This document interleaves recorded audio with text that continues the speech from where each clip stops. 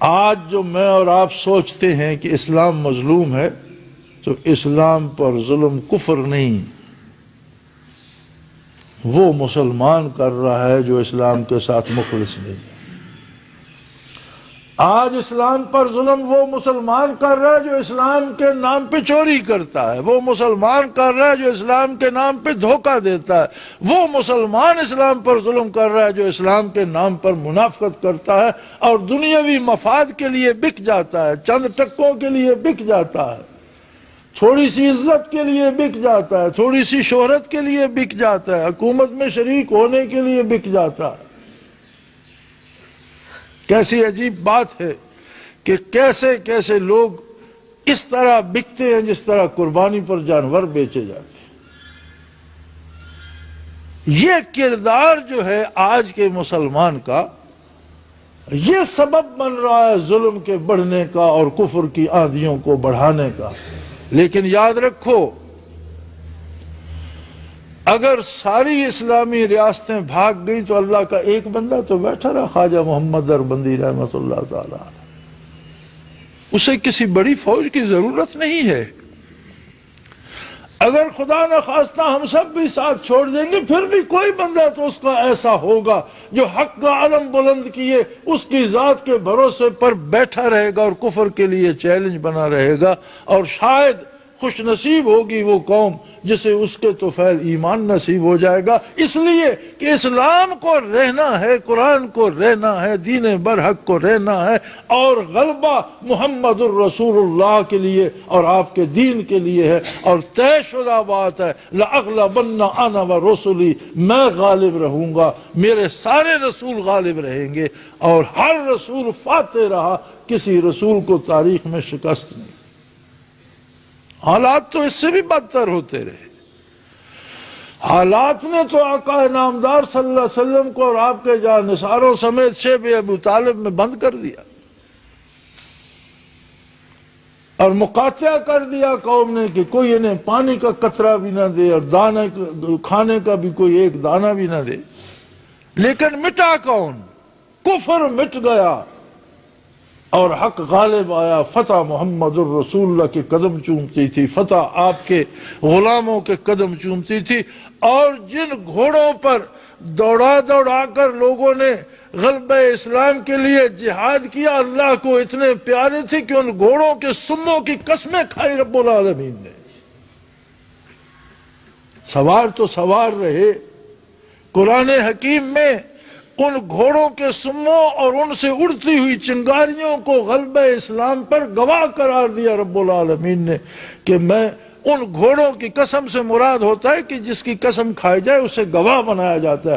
فرمایا میرے ان مجاہدوں کے گھوڑوں کی سموں سے اڑتی ہوئی چنگاریاں بھی اس بات پہ شاہد ہیں کہ اللہ کا دین غالب رہے گا، اللہ کے بندے غالب رہیں گے، اور غلبہ ان کے لیے ہے جو اللہ پر بھروسہ کریں گے اور محمد الرسول اللہ کی غلامی کا حق ادا کریں۔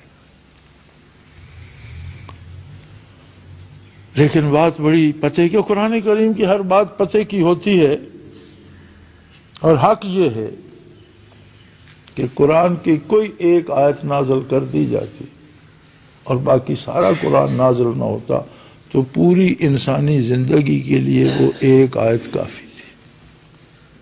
ہر آیت میں پوری انسانی زندگی کا مفہوم بیان ہو جاتا ہے، یہ اعجاز ہے قرآن کا۔ پھر اتنا قرآن اس نے کیوں نازل فرمایا؟ یہ اس کا احسان ہے کہ اس نے مشت غبار کو اپنے کلام سے آشنا کر دیا، اور اتنا کم و بیش 6500 آیات نازل فرما دی۔ لیکن بدنصیبی دیکھیے کہ جس قرآن کی ایک آیت زندگی کا نظام ترتیب دینے کے لیے کافی ہے، اس کی 6666 آیتیں ہم پر اثر نہیں کر پا رہے۔ کیسی عجیب بات۔ حضرت موسیٰ علیہ نبینا علیہ الصلوۃ والسلام سے جب سوال کیا گیا، ما تلک بیمینک یا موسیٰ، طور پر سوال ہوا، اللہ کریم نے پوچھا موسیٰ یہ تمہارے دائیں ہاتھ میں کیا ہے؟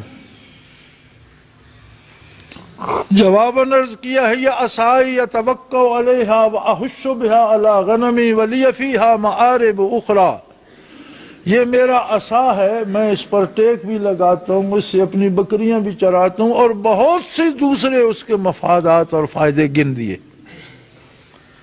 مفسرین کرام اس کی تفسیر پہ جب بحث فرماتے ہیں تو وہ فرماتے ہیں کہ ادب تو یہ ہے کہ جو بات پوچھی جائے اس کا جواب دے دیا جائے، یہ تقاضائے ادب ہے کہ جو بات پوچھی جائے اس کا قصہ نہ بنایا جائے، اسے بڑھایا نہ جائے، جتنی بات پوچھی جائے اتنا جواب دیا جائے۔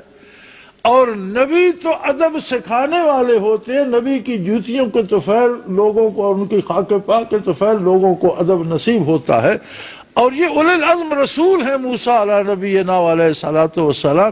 سوال ہوا ما تلک بیمینک یا موسیٰ، تمہارے دائیں ہاتھ میں کیا ہے موسیٰ؟ جواب تھا یہ عصا، میرا عصا ہے، بات ختم ہو گئی۔ پھر اتنی لمبی انہوں نے کیوں کی؟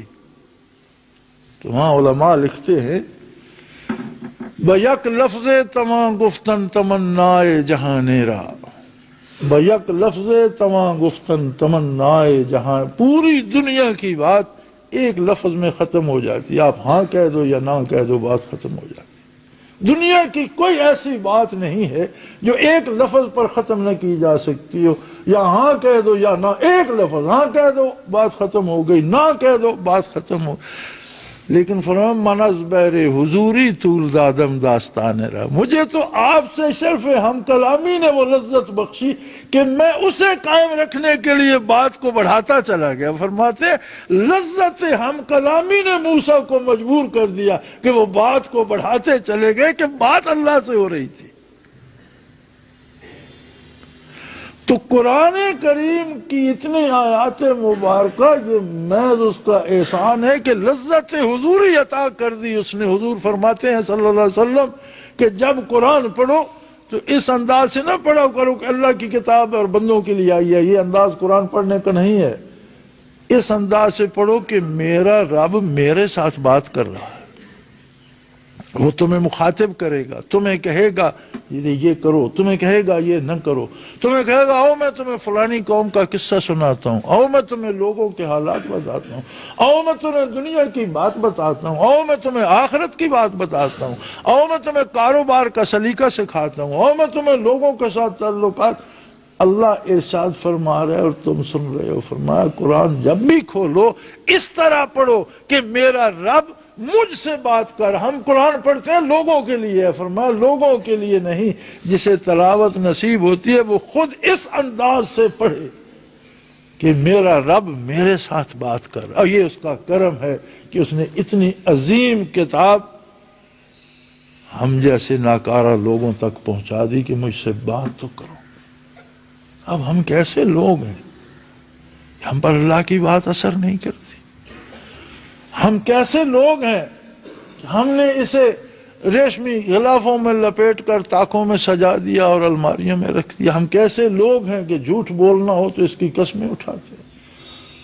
ہم کیسے لوگ ہیں، یہ کیا چیز کسی نے اسے جنتر منتر سمجھ لیا، کسی نے اسے تعویذ کی کتاب بنا لیا، کسی نے اسے ذریعہ روزگار بنا لیا۔ ارے یہ تو رب العالمین کلام فرما رہا ہے اپنے ہر اس بندے سے جو اس کی کتاب کھول کر پڑھنے بیٹھتا ہے، اور اسی کو بتا رہا ہے گھبراؤ نہیں۔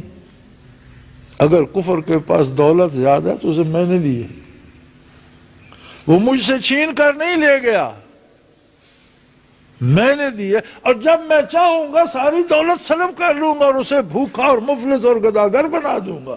یہ تمہارا کام نہیں ہے، یہ میرا کام ہے۔ کفر دین کو مٹا دینا چاہتا ہے، فرمایا نہیں مٹا سکے گا، بلکہ مٹنا اس کا مقدر ہے، مٹے گا بھی۔ اور ان کافروں کو تم دیکھو گے انہیں کس طرح عذاب میں پھینکا جاتا ہے۔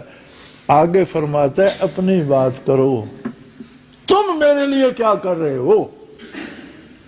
تم دوسروں کی بات چھوڑ دو۔ ما انفقتم، تم نے میرے راستے میں کیا کیا؟ کیا تم نے میری خاطر جھوٹ بولنا چھوڑ دیا؟ کیا تم نے مجھے راضی کرنے کے لیے درد دل سے میرے سجدے کیے؟ یا تمہارا رکوع و سجود ذوق سے خالی ہے؟ کیا تم میرے لیے اپنی جان یا اپنا مال میری راہ میں کر رہے ہو؟ کیا تم میری بات کر رہے ہو؟ کیا کفر تو زور لگا رہا ہے، تم بھی کفر کے مقابلے کے لیے کچھ کر رہے، وہ بات میرے ساتھ کرو کہ تم میری راہ میں کیا کر رہے ہو۔ کتنی خوبصورت بات ہے کہ ہم دوسروں کو زیر بحث لانے کی بجائے، دوسروں کے حالات پر بحث کرنے کی بجائے، کاش اللہ ہمیں توفیق دے ہم اپنے گریباں میں جھانکیں کہ میں غلبہ اسلام کے لیے کیا کر رہا ہوں، اور اللہ ہمیں توفیق دے کہ ہم اپنے وسائل غلبہ اسلام کے لیے استعمال کریں۔ اسلام کو غلبہ میری اور آپ کی وجہ سے نہیں ہونا، اللہ کی تائید سے ہونا۔ جسے وہ توفیق دے گا اسلام کے ساتھ تعاون کی، اسلام کے ساتھ وفا کی، یہ اس کا احسان ہے۔ اسلام کو غالب ہونا ہے اور وہ قادر ہے، وہ چاہے تو کافروں کو بھی ایمان عطا کر لے، وہ چاہے تو پتھروں سے خدمت لے سکتا ہے، وہ چاہے تو درختوں سے خدمت لے سکتا ہے، وہ جھاڑیوں سے اور پرندوں سے خدمت لے سکتا ہے۔ ابرا ہاتھیوں کا لشکر لے کر آیا، اس نے ابابیلوں کو حکم دے دیا، اب ہاتھی کہاں اور ابابیل کہاں، ہر کنکر ایٹم بم بن گیا۔ مورخ لکھتا ہے کہ اگر ہاتھی کی پشت پہ لگتا تھا تو اس کے پاؤں تک چیرتا چلا جاتا تھا، اس طرح بنا دیے تھے قاسم معقول۔ جس طرح غذا جانور بھوسے کو چبا کر جس طرح جانور کر دیتا ہے نا، اس طرح ہاتھیوں اور اس کی فوج کا حال کر دیا۔ قاسم معقول چبائے ہوئے بھوسے کی طرح، بھوسا پہلے ریزہ ریزہ ہوتا ہے، پھر اسے جانور چبا بھی لے تو جو حشر اس کا ہو جاتا ہے، وہ ان کا کر دیا تھا۔ وہ قادر ہے، غلبہ دین حق کو ہوگا۔ میرے بھائی سوچا کرو کہ ہم غلبہ حق کے لیے کیا کر رہے ہیں۔ اللہ ہمارے گناہ معاف فرمائے اور ہمیں توفیق دے کہ ہم اس کے دین برحق کے لیے اپنی حیثیت کے مطابق خدمت بجا لائیں، ایمان پہ زندہ رکھے، ایمانداروں کے ساتھ موت نصیب فرمائے اور ایمانداروں کے ساتھ حشر فرمائے۔ وآخر دعوانا ان الحمدللہ رب العالمین۔